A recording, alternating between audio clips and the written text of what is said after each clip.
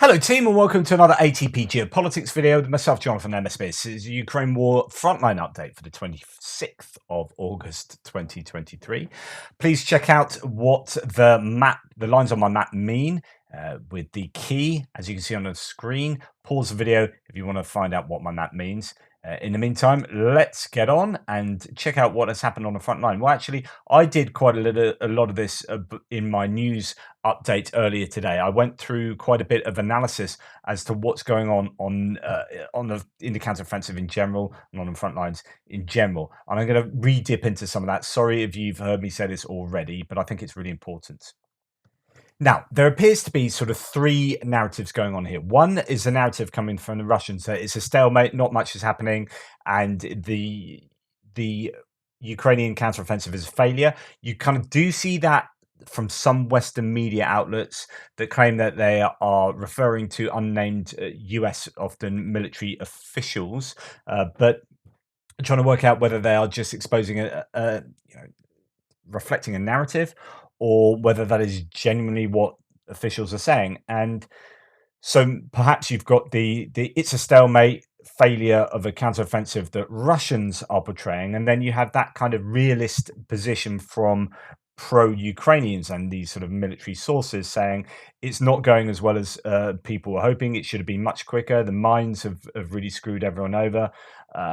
They are losing too much equipment. They're concentrating too many places. This is what some of the officials have apparently been saying to the Ukrainians. You need to concentrate less on the Eastern Front and really focus hugely on the Zaporizhia front and getting that land corridor sorted. And then you have people in between going, this is kind of where I am, sort of. Andrew Perpetua is talking in his live stream. He's a mapper that I refer to a lot on my map. He has the blue line here, and he's saying that actually, from his source and what he can gather, the Ukrainians have lost a lot of troops and equipment in the Robotna sector, particularly also the Velika Novosilka, although that's been somewhat more successful with fewer losses. There's just been a lot of losses around Robotna. Now they have made gains, and this is the issue is that this is the most difficult place to attack. Literally in the whole of Ukraine, this is the single most difficult place to attack, pretty much. The question is, why are you attacking there? And I've asked this question before. I don't really know the answer, but they seem to be doing that. Now they're close to breaking some Ukrainian that have broken through here, but there are these approaches from certain American sources that the Ukrainians should be focusing here and reallocating resources from Bakhmut, which isn't that important, and putting them down here on the southern front line. Whether you believe that or not is kind of neither here nor there, because it appears that this has been what some of the Western advice has actually been, and it could be that the Ukrainians are taking note, because we have seen the Eastern Front calm down. There's not a lot of activity going really from the north to the south. If we look at my map, Bakhmut has been relatively quiet now for a week, where the Ukrainians were having some success. There doesn't seem to be any activity in the whole of the northern area, no particular activity in the middle, and a little bit on the south, where they're making some slow progress now. Avdiivka, nothing. Mariinka, not a lot. Even Vuhledar down on the Donetsk southern front here, not too much, although perhaps a little more over the last 24 hours. And then not much up here other than just keeping the Russians at bay as much as they can with the least amount of resources.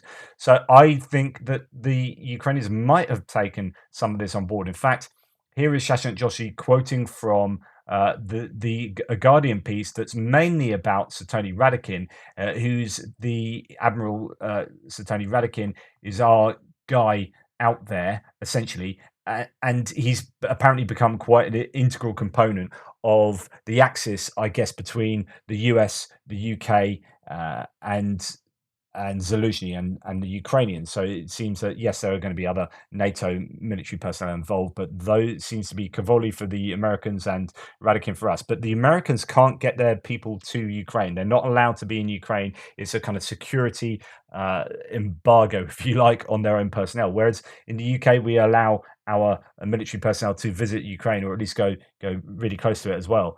So it might not be that they might meet just over the border in Poland or whatever. But he has apparently been pretty integral. And just taking a quote from this article, British sources are reluctant to say much about the outcome of the meeting at the border. So he's just been to the border. But the indications from the West is that the strategy has changed as a result of the discussions. Quote, I think you can see they are focusing on the Zaporizhia front, said one insider amid reports of fresh Ukrainian attacks aimed at the city of Tokmak, an initial step towards reaching the Sea of Azov, thereby cutting the land bridge to Crimea. So he seems to be, at the forefront of what is going on there at the moment, and this is, I think, indicative of a a change of tactics by realizing that actually it really is all about the land bridge at the moment. And I have been saying for some time that Bakhmut was a success for the Ukrainians, and it still is a success.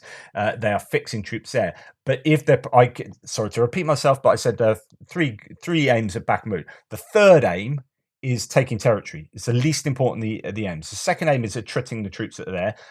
That's less important than the first aim is fixing troops there.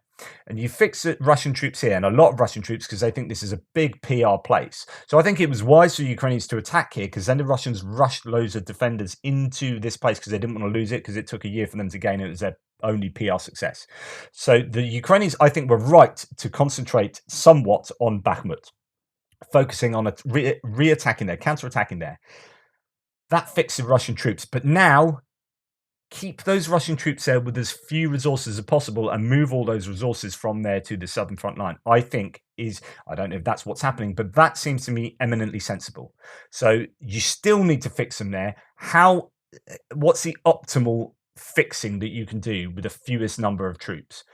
Do that, try and take a few places, maybe around Kuzimivka or Kurdyivka, and not Kuzimivka, Klishchivka, sorry, and Kurdyivka. If you can take a little bit of land, keep them occupied, and then send a load more of your resources down to Zaporizhia and help down there, then perhaps that is a good idea. And that seems to be what the Americans and British are suggesting. Tatarigami here, who's a bit of a realist, not always like the most positive, but very pro-Ukrainian. I'll share a few details about the Tokmak Robotina axis without elaborating details. The situation for the Russians has worsened. They're frantically trying to prevent a breakthrough, but claims about depleted Russian reserves and reinforcements and forces for rotation are incorrect. And he goes on about that he has some kind of insider knowledge that the Russians do have some really good forces to draw on for reserves in that particular sector. I don't know that if what he's saying is reflective of the situation across the front. I do think the Russians have a really big issue with defense in depth. They don't have enough reserves, and I think we're hearing this enough from the Russians to make themselves to make this a fairly safe conclusion. But it could be that in the Robotina axis, where this is the most heavily defended area of the whole front line, the Russians may have some reserves to draw on and do some kind of rotation, as he indicates later on. I'm saying it will be. He's saying the situation for the Russians has turned sour, but they do have resources and they're extremely likely to deploy them, turning the situation. I have faith in Ukrainians, but it's going to be hard. And he says the reinforcements and reserves I'm mentioning should not be underestimated, as I consider them to be among the most capable. And there you go. Some people have been claiming that Russia concentrated everything near Robotyne, hence they can't deploy reserves or rotate forces, which is incorrect because they have forces for both. And as I've said, I don't know whether that is true for anywhere outside of Robotyne, though. Okay. On the other hand, the really positive views are such that this is a commander called Combat, call sign Combat, has said to Reuters the Ukrainians believe they've managed to break through the most difficult line of defense in the south. And we'll go and look at this a bit later. Ukrainian forces' counter-offensive operations near Robotyne, says the ISW, are reportedly they've reportedly advanced as Russian mill bloggers are expressing concerns over lack of reinforcements and troop rotations there. So it goes against what Tatarigami says. Robotyne update. I guess we'll get onto the Robotyne update particularly a bit later, but just in general, Podolyak, who is the advisor to the presidential office says that effectively the lines are beginning to crumble. The bottom line, Russian defense lines are beginning to crumble. The Ukrainian army is advancing southwards with some success, coming one step closer to taking fire control over the land corridor to Crimea. The stakes are already clear. All Russian supply lines, including railroads, are at stake. This means one thing: the Russian army is on the verge of losing its strategic positions. Therefore, we can predict a doubling of calls for negotiations in the near future to immediately stop the supply of weapons. And Viktor Orban, for example, has been calling on that today. So this is quite correct. And twice as many attempts to demoralize Ukraine by third parties to make Ukraine lose faith in their abilities. Meanwhile, Ukrainian armed forces continue to regain what belongs to them. And in fact, he goes on to say there are three falsehoods that are being actively promoted by Russia. One, the conflict has reached a stalemate. The offensive has failed. This we see, as I said, coming from some Western sources as well. Two, it's necessary to immediately move the pseudo diplomacy and freeze the conflict with the cessation of arms supplies to Ukraine. Obviously, he doesn't want that to happen. And three, Russia still has many resources and many people willing to fight. And then this goes back to Tatargami, who says actually they do have that. Podolyak saying they don't have that, and that's a falsehood. So I think they do and they don't. I personally think it might be that there are enough reserves in the Robotna area, but otherwise Russia are pretty much screwed. Podolyak carries on with, of course, all these theses are dead and have nothing to do with reality. Russia's strength in reserve is much smaller, and the Ukrainian offensive is moving forward, taking fire control over the entire southern front. All of these theses indicate only one thing: growing panic among Russian elites, a lack of understanding of what to do, and a catastrophic fear of losing. So we must push on to the end. Here, Ukraine is smashing through the Russian defense line in Zaporizhia as we speak. Much fighting remains, but we are approaching what could prove to be a strategic turning point. Yep. And we'll get on to, I think, that when it comes. Yeah, we'll come back to that. So now let's go to the northeast. It will actually be very quick before we get to Robotna, because basically nothing really is happening. There are the usual claims in the ISW of certain things going on here and there. Repelled attacks all up and down there, but nothing really changing. Although they do say geolocated footage published on August 25th indicates that Russian forces advanced west of Kovalivka. So Kovalivka is up is up near Svatova, to the kind of, I guess, southwest of Svatova, near Karmazianivka. It could be that Russians have advanced there. The geolocated footage suggests that Russians are being hit by Ukrainians in this position. So if we geolocate this is IEDs being dropped on Russians in places like that. Well, that's not at all indicating advances. I mean, advances on where they initially were, a long time ago, and then they advanced like 5 to 6 kilometers after that. Let's take a few more of these. There are a number of these geolocations, and I hope I'm giving an effective cross-section of these geolocations and not missing some that do show some advances. No, that's pretty much the same place. We'll go for one more at the end here and see if indeed there are any advances for the Russians from what we already know the Russian positions to be. And okay, so now potentially we're getting somewhere, although that is on the defensive lines exactly where we'd expect Russians to be. That is the age of the Russian defensive line. So I think this often happens with the ISW. I think they're talking about gains from maybe pre-existing lines, that aren't just as current. So that to me is evidence of people like Andrew Perpetua being quite correct. That's the Russian defensive lines. You've got Russian people there in those places, and that's why they're having IEDs dropped on their heads. So nothing to report there, I guess, in that sense. Right, okay. So a couple of things to note here. So Euromaidan Press says, as Ukraine gradually regains ground in the south, Russia will likely intensify its offensive in the Kupiansk and Liman directions of the Eastern Front over the next 2 months. And that's coming from the British intelligence report, the intelligence update. So the British are saying that, watch out. It looks like they are going to be doing quite a lot of, the Russians are going to be doing quite a lot more of this activity of trying to put a spanner in the works up in this northeastern sector. And and further down to Liman. So General Syrski yesterday said the Russian Federation has regrouped near Kupiansk and Liman directions and transfers fresh forces. This goes back to the idea of, do they have fresh forces? I've been saying they don't. Actually, no. If you listen, I've said that they do have force concentration up here, and they do have fairly decent force quality in places, although they have been using a lot of convict Storm Z units to do the attacking. This is where they do a lot of training. The Russians have long had a lot of, like, 100,000 troops in this whole area. Now, not all of those are going to be frontline troops, like I keep mentioning, but they're going to be able to rotate anywhere, it's probably going to be around here. It's down here that I think that where they've been absolutely hammered by Storm Shadow and HIMARS, and they've had, bases hit, barracks hit, forces taken out at massive attrition for over 3 months. This is where they're going to struggle to have reserves and will not be rotating. Some claims are that they haven't rotated for 6 months in certain places along there. So, all these competing claims. Right. After a month of fierce battles and significant losses in the Kupiansk and Liman directions, the enemy is regrouping its forces and assets while at the same time transferring newly formed brigades and divisions. Of course, they're still going to be getting mobilized soldiers, convicts, and whatnot from Russia, from the territory of the Russian Federation. So the rotation isn't from existing experienced troops; it's from basically fresh meat, if you like. So that's the claim there. Okay, it really is a case of going down to Bakhmut now, but there isn't much to say about Bakhmut. The ISW just kind of reports all the same sorts of things, as in no gains for either side.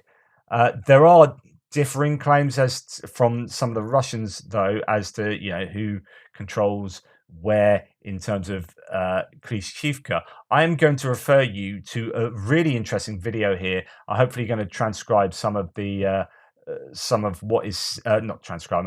I'm going to read what the subtitles are, because I know a lot of you listen to this. But he says that basically, he gives a summary of exactly where the situation is as of yesterday in Bakhmut, and he gives a really good synopsis as someone who's commanding around there. He says they're trying to take, trying to make gains in the north, but not succeeding. He says that there's basically no changes in the lines, like to the north around Bakivka. In the town itself, he says we don't go into the town really, but we hammer them with artillery. So he says we take loads of positions out in Bakhmut with artillery, and he says that I've been told I've got to go soon. So I'm going to speed this up. So he then says, no gains anyway. And he says, even in Klishchivka, where we're trying to move through it and we kind of control half of it. So that's kind of I'd say it's what Andrew Perpetua said. So I don't think Andrew Perpetua says that Ukraine control half of it and the rest is grey zone. And that, he said, so there are Russians in Klishchivka, but it's whether you call that control. So it's either like how Deep State has it or how Andrew Perpetua has it. The Ukrainians control half of it and are still trying to flush the Russians out, but they're persisting. Whether that means they control it or that is just active grey zone, I don't know. It's kind of definitional. But he said where we are having success is, and he says we haven't set foot in Andriivka. So that is fighting on the outside, but he says we are getting to the railway line to the south, between Kodymivka and Andriivka. So it's actually in this area that he indicates that the Ukrainians, certainly for the last few days, have had most of their success. So I thought that was interesting. Go and check it out. It's Moto Life is the YouTube handle, and it's operative in the Bakhmut direction on August 25th. It actually goes into quite a lot of detail, but unfortunately, I'm being hastened away. It's my boy's birthday weekend this weekend, so things to do and whatnot. Okay, when we go down further to the south, we come to Mariinka again. Not much to say. So there's no change in Bakhmut, really. No territorial changes. No changes around Avdiivka. Mariinka, just one bit of footage, and I showed this to you this morning of a tank getting blown up by a mine. It's only that has been geolocated to here, and I was interested. I spoke to you about that then, interested as to whether that geolocation indicates that the tank is anywhere funky. And no, that tank has been blown up on a mine somewhere where it probably isn't expecting a mine because they've had control of this area for a very long time. So that it could be a mine that's been sent up by artillery by the Ukrainians. That's probably the most likely explanation of that. So that vehicle is no more. Right, now we get on to uh, the Donetsk front line, and that's before we get to sort of Zaporizhia. There's not too much to say about um, anywhere because Velika Novosilka. Well, I'm going to come back to Vuhledar in a second, but this Velika Novosilka salient, where there's been so much activity, it appears that the Ukrainians are refitting here and taking an operational pause to make sure that they can then push on later. So that's as you would expect it. Uh, and then I assume over the next kind of week, they'll then continue to push on to the south. I don't know whether they have completely rotated units out or whether they're just refitting, ready to go again. There is some talk about, some activity around Vuhledar. The ISW sort of vaguely mentions it a little bit in their analysis here. They say that the Ukrainians have attacked near Solodka and that the Russians have been repelled near Vuhledar. So Solodka, just to let you know, is just north of Vuhledar here. So it often is activity around that area. Now there is this, and I was trying to work this out. This is in the village of Pavlivka on the outskirts of Vuhledar, and it appear I don't know if this is these are Ukrainian soldiers being recorded here, throwing a hand grenade or a smoke grenade in there, and then going about their business. Uh, or if it's Russians, if it's either Russians or Ukrainians, it means that there is activity taking place.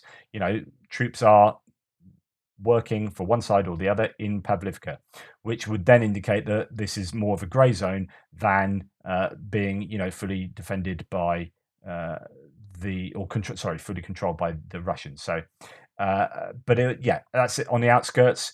I don't know if that tells us anything other than that. Right, okay, now we go to Zaporizhia, where it is all pretty funky. Okay, let's go back to some of the claims, some of these sources I was going to talk about earlier. Here is one. Ukraine's victory is closer than you think, says US Military Academy assistant professor. Ukraine needs to advance just 7 to 10 kilometers more to put Russia's east-west supply routes in HIMARS and MLRS range. This is so super important. I absolutely agree. So we're now going to move really to Robotna because this is kind of where it's all at the moment. And the reason why it's so important is because it's all about getting to Tokmak, but not really. Tokmak isn't important in and of itself. Yes, it's a logistical hub, right? So it has that importance for the Russians, but you don't need to go in it. And it's the same for pretty much anywhere around here. That if you can get HIMARS to sit there, right? In other words, if you have control of, if you have pushed the Russians back to kind of here, right? And even if the Russians are still in Tokmak, but you've surrounded them, something like that, then happy days. Because if you can sit at HIMARS here, you have fire control effectively, or fire dominance over the whole land bridge. So you don't have to take the land bridge. You can just get down to about here and then hammer everything with HIMARS. Just as long as you've got enough HIMARS ammunition, Berdyansk is in trouble. Mariupol is in trouble, or at least if the city itself isn't in trouble, then it can't provide assistance to this whole southern area, and that is really significant. So you're starting to see people like Podolyak talk about fire control over the land bridge rather than taking the land bridge, and that is absolutely true. So this guy then continues. It's very hard to see how the Russian army can continue to fight. Ukrainians must advance another 10k to cover all the terrain between them and the Sea of Azov. Ukraine is now closing in on its goal at several spots along the front line. Once this happens, there is, forgive the use of the old term, a domino effect. Crimea would be supplied only by the Kerch Bridge, whose capacity will likely not be enough to supply both the western part of the front and the civilian population. I think that is really, really significant and absolutely spot on. Robotna update on our map below says, where's Russia today again? The disposition of Russian forces near Robotna, majority of which are subordinate to the 58th Combined Arms Army, which is spread across multiple fronts. The majority of these units have been rendered combat ineffective by Western standards, with a lack of supplies, low morale, high levels of desertion, and overwhelming casualty rates, meaning the units are struggling to maintain the defense in depth. The operational tempo has prevented Russian forces from being able to rest and resupply. Goes against what Tatarigami is saying, but I think he's maybe only referring to just one kind of unit that can do that. I don't know how big that unit would be. Uh, I don't really know what he's referring to. It appears to be a naval infantry brigade, so Marines.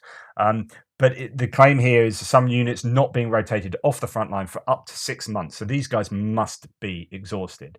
Right. Okay. So let's go to have a look and see what's happened in the Robotna axis. Well, Surat Maps and Geriman here are both saying that the Russians have counterattacked and are fighting in the middle of Robotna, which is, I'm pretty sure, not true. That would mean they're fighting back up here, and I think there are no other claims to support that. Not a lot of information available after yesterday's flurry of frantic posts by Russians fighting off Ukrainian armored columns of up to 80 or even 200 or 300 vehicles. All I can report this morning is Russian claims, meaning no Ukrainian sources have confirmed this, that the entire Ukrainian 47th Air Assault Brigade is now committed to the line of contact between Robotna and Novopokrovka, and there is extremely heavy fighting going on. So I doubt that means the Russians are fighting in the middle of Robotna. On a positive note, another source was able to document Ukrainian advances towards Novopokrovka and Verbove over the last 24 hours. So there have been advances going along with that, particularly to the east, where apparently 2 square kilometers have been added, according to Global War Monitor. It says it's quite significant, the advance of the Ukrainians. Andrew Perpetua has noted an eastern advance as well with his shelling analysis, and that's on his map, which is why if you look to my map, you can see that the Ukrainians have made gains to the east of Novopokrovka, and they are also supposedly, advancing on Verbove as well. And here, Barracuda says the Ukrainians are east of Novopokrovka, and that is geo-confirmed data to support that. Getty says the Ukrainian military wedged itself into the defensive line of the Russians to the west of Verbove and to the southeast of Novopokrovka. Near Verbove, some boundaries are completely broken, and behind them there are already grey areas. And we have Leopard 2 tanks evident fighting around Zaporizhia, around Robotny, setting up smoke screens, firing their guns, so on and so forth. Just to let you know, so finally, I'm just going to come to Andrew Perpetua's map here that is now just changed to what I wanted it. Dang it. So I think this is really important to look at. Let's go and go to the Google Hybrid. I think that's the best. So some reason I have that I'd like to be able to turn it off, but I don't know how to turn it off. So I won't. Anyway, what you have here is Robotna. You have up there, you have Novopokrovka. What's interesting for me to see here is that you have the major trench line is now the defensive line of the Russians. And if they can be pushed back from Novopokrovka, it's going to be all about this trench line. Right? They've got through these large trench lines here, but they aren't so continuous as these other ones. It's now going to get really tough for the Ukrainians, as if it's not tough enough already. The question is, are these all heavily mined? Are they as manned as the trenches were up here? And is there enough artillery covering as there was originally at the beginning of the counteroffensive here? That artillery apparently is not there anymore. The counter battery fire is not effective. So could it be far easier for the Ukrainians to get across these barriers, breach these areas here? We shall see. That's a really rushed frontline update. There's not a lot going on in Kherson, and I'm going to leave it there because otherwise I'm going to be shot by my partner. Anyway, thank you so much. Take care, Tulpit. Speak to you soon.